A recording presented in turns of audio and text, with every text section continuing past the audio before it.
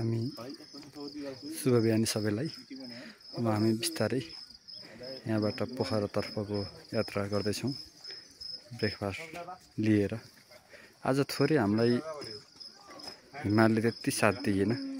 हिमाल खोल्न पाएको भए माछापछ्री अन्नपूर्ण रेन्जको केही देखिन्छ, अनि माछापछ्री अन्नपूर्ण लमजुङ हिमाल लगायत गणेश हिमाल पनि देखको अवलोकन गर्न सकिन्थ्यो। त्यो सकिएन। तथापि यहाँको चिया बगान गार्डनहरू ठिकै छ।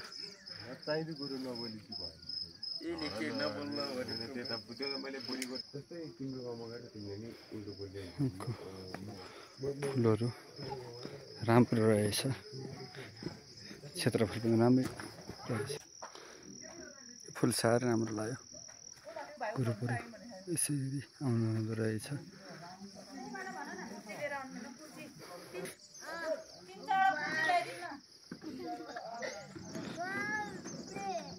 यही हो यहाँको बिस्तारै बल्ल पर्यटन प्रवर्धन भइरहेको रहेछ। त्यो मान्छेहरू राम्रै आउनुहुँदो रहेछ। सायद शुक्रबार भएर होला। आएपछि त हिँड्न पनि पर्ने। अब अफ सिजन पनि हो, तर जाडोमा हिउँ पर्दो रहेछ। हाइट त 1500 रहेछ भए तथापि हिउँ चाहिँ पर्दो रहेछ। हिमालको नजिक काखमा भएर होला।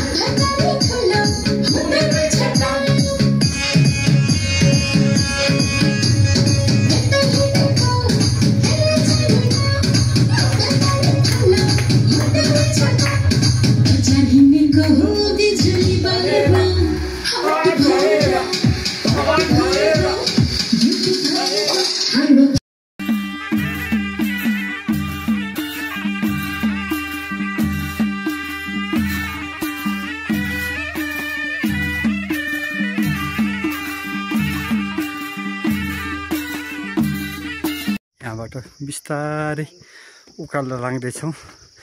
पहिलो फेजमै साथीहरूलाई थोरै ठकाइको महसुस भएको छ। हाम्रो दुईवटा दाइहरू आउँदै हुनुहुन्छ। गाउँ नि राम्रो। हामीले भीष्म गाउँलाई बाई बाई गर्दैछौँ। बिस्तारै आइरहेका छौँ हामी। यसरी बिचबिचमा रिसोर्टले चाहिँ आफ्नो गन्तव्य सही गन्तव्यमा आउनु यात्रुहरू भनेर पाहुनाहरूको लागि यो सहजीकरण गरेको छ।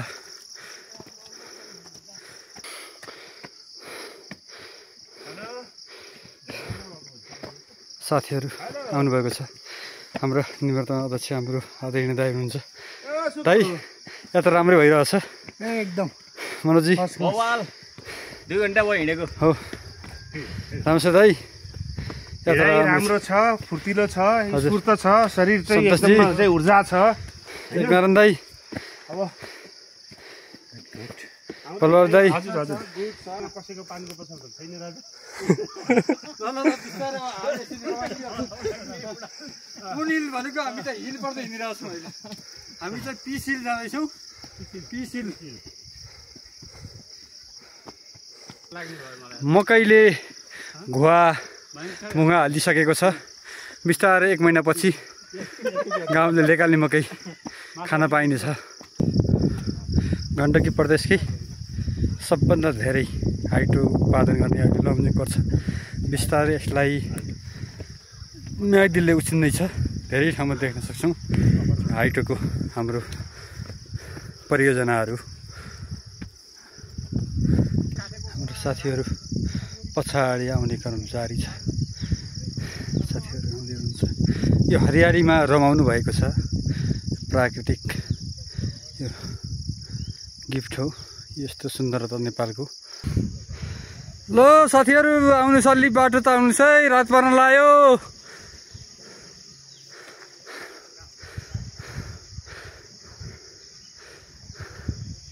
बिचबिचमा यस्तो प्रसार पनि देख्न सक्छौँ हामीले पिसिल रिसोर्टको। हजुर असोतिर भट्ट लिने काम रहेछ। यो कालो भट्टको लागि अहिले भट्ट लगाउने काम रहेछ खेतपाती। ज्येष्ठ सदस्य भएको बलराज दाइ पनि पहिलो पङ्क्तिमा हुनुहुन्छ। एकदम कसिनु भएको छ। सायद मर्निङ वाक गर्नु चाहिँ होइन तपाईँले सधैँ? 1 घण्टा। सधैँ मर्निङ वाक 1 घण्टा। त्यही भएर 7 वर्ष स्वास्थ्यको लागि चाहिँ मर्निङ वाक गर्नु पनि, बिहानको वाक गर्नु पनि राम्रो रहेछ। यो उहाँको स्टामिनाले देखि। हामी मध्य ठाउँमा आइसकेको छ। चारैतिर उत्तिसले ढाकिएको जङ्गल एकदम चाहिँ चिसो छ। यहाँ भट्टमास लाउने कार्यक्रमहरू भएको रहेछ। हामी चाहिँ यात्री हो। हाम्रो यात्रीलाई मनपर्छ। साथीहरू पछाडि हुनुहुन्छ। म त जे भने आत्तिरी मान्छे, आमा पेटानी हात्ती र 7 महिना जन्मे मान्छे। कुरिन चलन छैन, सिधै सिधै जाने है त। यहाँ आइसकेपछि यसरी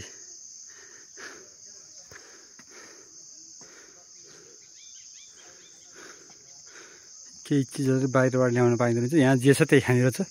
यो अर्थले पनि यहाँको ब्युटी नेचर राम्रो हो। यहीँको रैथाने खानालाई चाहिँ यहाँ प्राथमिकता दिएको देखियो। वास्तवमा राम्रो। यहाँको जे छ त्यही ल्याउने पेय पदार्थ नि बाहिरबाट ल्याउन नपाइने रहेछ। हाम्रो पुर्खाहरूले चौपारी बनाएको एकदम राम्रो छ। 100 वर्ष पुरानो चौपारी छ। ढुङ्गालाई माटेको भएर माटोलाई ढुङ्गो भने जस्तै यो अझै 100 वर्ष 1000 वर्ष केही पनि हुँदैन। अहिलेको यो आधुनिकरणमा सिमेन्ट ढुङ्गा तालभन्दा यो हाम्रो पुर्खाहरूले बनाएको यो रैथाने चौपारी पोखरी यो हाम्रो एउटा पौराणिक हो। हाम्रो ऐतिहासिक सम्पदा पनि हो। हाम्रो पुर्खाहरूको चिनो पनि हो। त्यही भएर यस्ता यी चौपारीहरूको संरक्षण गरौँ। यी चौपारीहरूले हिजोका दिन कुनै गाउँघरमा कचहरी बनायो। यस्तो चौपारीले हिजोको यो न्यायालय थियो। कसैमा झै झगडा हुँदा गाउँघरमा यस्तै चौपारीमा भेटघाट भएर मिलाउने काम हुन्थ्यो। तर विकासको नाममा विनाश सँगसँगै यस्ता चौपारीहरू पनि विनाश भएका छन्। तर यिनलाई संरक्षण गर्नुपर्छ यस्ता चौपारीहरूलाई। ल अब ठाडै छ, नआत्तिनुहोस् न एकछिन। के छ ज्यान थकिएको एकदमै? थकै लागेको? सन्तोषलाई पसिना थकै लागेको हजुर?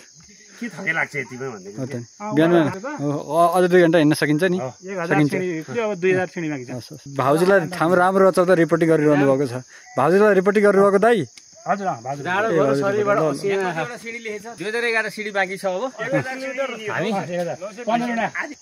अब 20,100 एउटा सिडी 20,000 होइन 2,100 20,100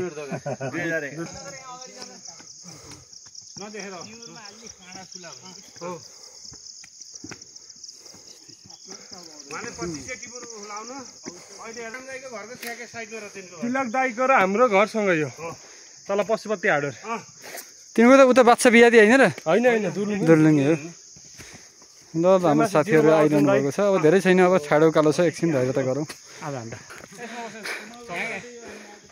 चौपारी कतै भेटिएला नि हजुर नात्यौँ समय थकी त्यस्तो सधैँ भइरहँदैन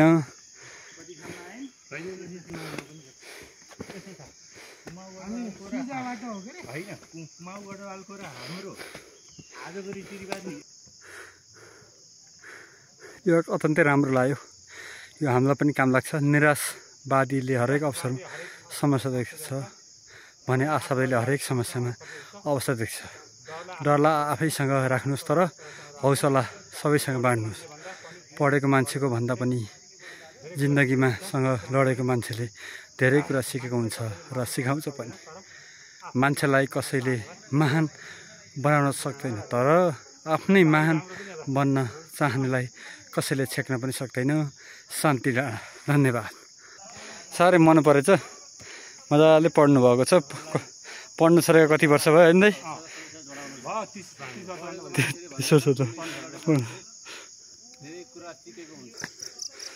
चाहिँ साह्रै मन पर्यो अथक मेहनतले एउटा रिसर्चवालाले यति गरौँ भने हाम्रो नेपाली जनताहरू चाहे राज्यले चाहे तीन तहको सरकारले चाहे विकास हुनेको कायापलटै गर्न सक्छ तर के गर्ने इच्छा शक्ति हुनु पर्यो ल आइपुग्यो धेरै छैन आउनुहोस्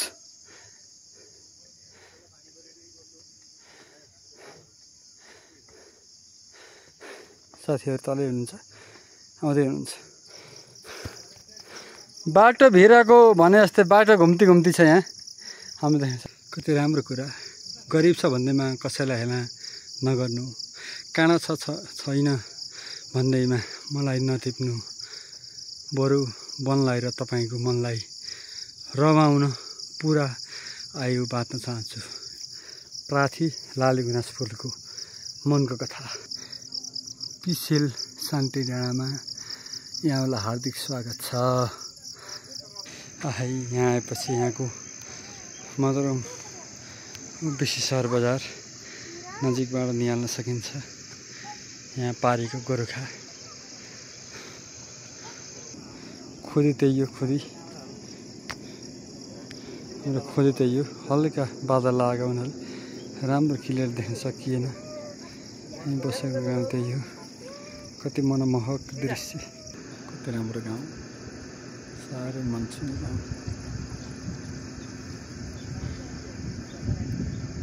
अहिले एमटी लाइट पऱ्यो भोलि बिहान पनि कैद गर्नु पर्ला अहिले बिचिन नहरेको पार्क रहेछ यहाँ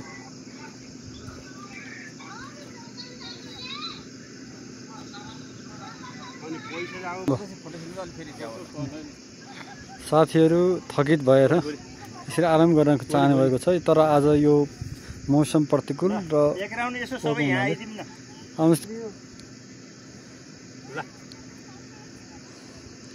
अनि के छ हजुर कस्तो लाग्यो हजुर यो लबिचिन हजुर राम्रो लाग्यो एकनारायण दाइ जी मनोजी निद लागेको क्या तपाईँलाई मिननजी ए मनोजी निद लागेको हो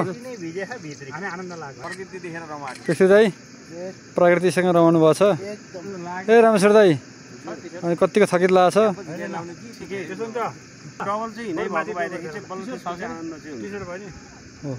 त्यसको लागि चाहिँ हामी बनठानी जाँदैछौँ 15 पुगिसकेर असार 15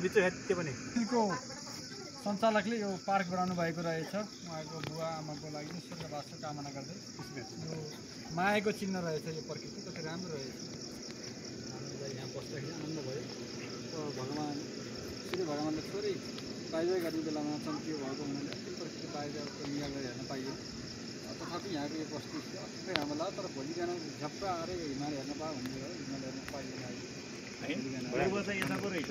मजाको घर छ राम्रो घर कति राम्रो आही यो बनाएकोमा कति राम्रो कति सुन्दरता मायाको चिन्ह छ कति राम्रो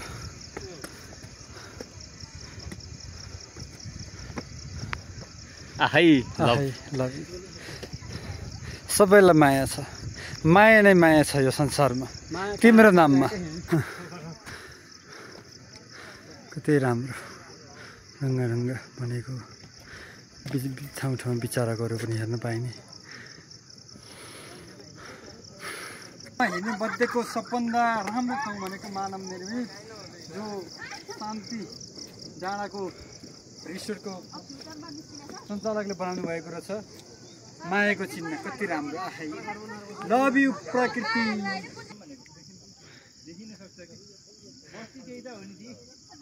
शुक्रबारको बिदाको दिनलाई भरपुर सदुपयोग गरौँ भनेर टाढा टाढाबाट पनि आउनुभएको छ यही शान्ति डाँडा रिसोर्टमा अब हामी केही समयमा शान्ति डाँडा रिसोर्ट पुग्दैछौँ हाम्रा साथीहरू आउँदै हुनुहुन्छ ल 5 मिनट अब आउनुहोस् हामी आइसकेका छौँ अब करिब 2 मिनटमा 5 मिनटमा हामी गन्तव्यतर्फ लागिरहेका छौँ ल अब हामी फाइनल्ली शान्ति रिसोर्टको उमा आइपुगियो ल फाइनल्ली हामी यहाँ आइपुगिएको छ साह्रै राम्रो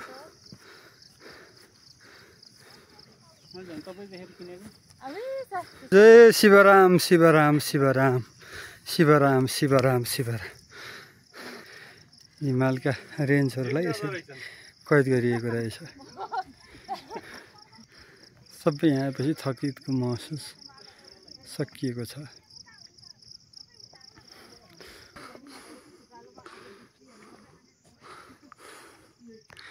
साह्रै राम्रो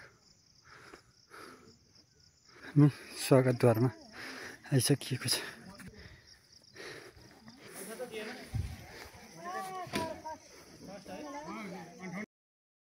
हामी अब बिस्तारै गाउँतर्फ जाँदैछौँ यति भीष्मे गाउँ अत्यन्तै मनमोहक दृश्य छ साह्रै राम्रो लाग्यो पुष्पे गाउँदेखि पुलले शान्ति डाँडा जाँदैछौँ हामी 1557 मिटर पार्किङ क्षेत्र रहेछ रिसोर्टको हामी यहीँ छौँ यहाँबाट बिस्तारै क्रमशः हामी अगाडि जाँदैछौँ सिँढी एकदमै राम्रो रहेछ 31 सिँढी हो हामी यहाँ जाने के छ दाइ उकाली ओह्राली राम्रै भएको छ कि होइन उकाली ओह्राली राम्रो छ रमाइलो छ देश सुन्दर छ सबैलाई विदेशको मोहहरू म त्यति बिग्रेको हो भुस्मे गाउँ साह्रै राम्रो रहेछ यो भुस्मे गाउँ परिवारलाई सदुपयोग गरौँ भने अहिले हामी पोखराबाट लमजुङ आइकिन अहिले हामी लमजुङबाट मर्साङ्गी गाउँपालिकामा हो भस्मे भन्ने ठाउँमा आएका छौँ अब हामी यहाँबाट 3101 सिँढी चढेर माथि पिसिल रिसोर्टमा जाँदैछौँ त्यसपछि त्यहाँको सुन्दर प्राकृतिकको मनमोहक दृश्य पछि कैद गर्नेछौँ अहिलेलाई धन्यवाद ल हामी यसरी आइरहेछौँ अब पोखराबाट हामी लमजुङतर्फको यात्रा गरिरहेका छौँ हामी